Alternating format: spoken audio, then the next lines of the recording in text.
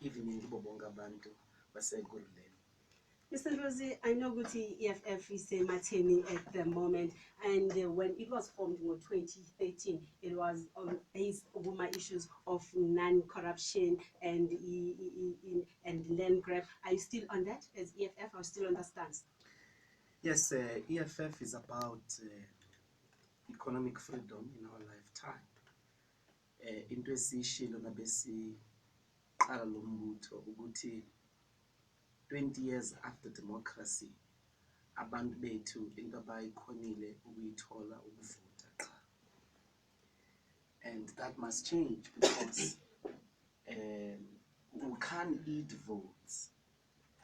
And therefore we've got to engage in a struggle esizoletha ukudla on the tables of many families in a form of creation of jobs, the return of the land.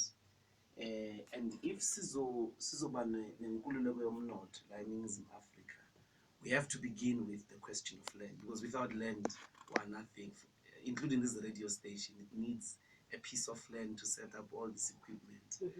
That's how crucial land is.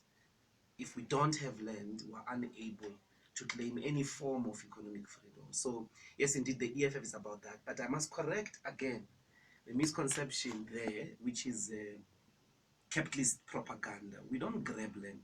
You never grab what does not belong to you. So the first point of departure is that this land belongs to us. We can't be grabbing it. We can't be stealing it if we are taking it back. In fact, the Freedom Charter says the people shall have the right to occupy land wherever they choose.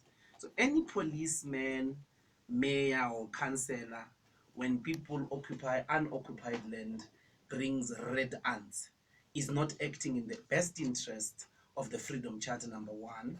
But number two, those people are not acting in the best interest of the economic freedom agenda, as at least conceived by countless generations of struggle. Now,